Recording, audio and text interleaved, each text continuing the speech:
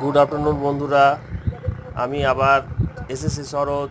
হিমের পরশ লেগেছে হওয়ার পরে দেখুন আবার এই শরতের কাশফুল চলে এসছে।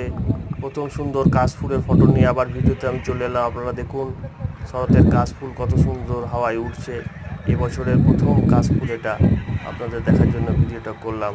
নিশ্চয়ই চ্যানেলটা সাবস্ক্রাইব করে পাশে থাকুন আরও ভালো ভালো ভিডিও পাওয়ার জন্য।